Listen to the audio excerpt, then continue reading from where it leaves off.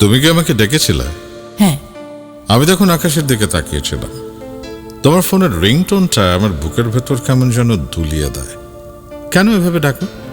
তোমার সাথে তো আমার কিছু নেই তো। আমি জানি। তাহলে এত টেনশন কেন?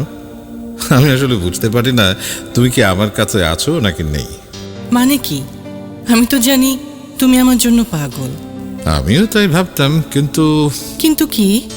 তোমাকে যখন খুঁজি সন্ধ্যার পরের সে বৃষ্টি ভেজা রাস্তায়, যেখানে আলো ঝিলিক দেয় ভেজা আসফল্টে, কিংবা কোনো পুরনো বইয়ের দোকানে যেখানে পাতার গন্ধে মিশে থাকে সময়ের গল্প, কিংবা ভোরবেলায় উঠে খুঁজি তোমায় চায়ের কাপে ভাসা ধোয়ার আড়ালে, তারপর এভাবে খুঁজতে খুঁজতে কখন যে তোমাকে এঁকে ফেলেছি আমার মনের ক্যানভাসে, এঁকেছি নিখুঁত রেখায় ভ্যান গগের মতো করে।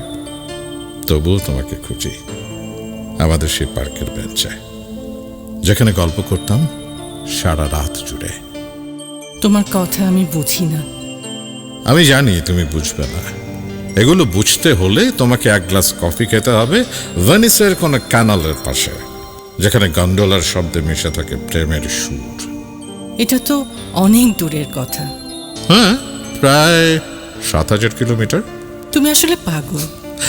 আমি জানি। তুমি কি চাও আমার কাছে? স্বাধীনতা। মানে কি? আমি কিভাবে দেব? তুমি কাল সাদা সালোয়ার কামিজে লাল চুড়ি, এক টুকরো রোদ আর শরতের কাশফুলের হাসি নিয়ে চলে আসবে আমাদের সেই লেকের ধারে।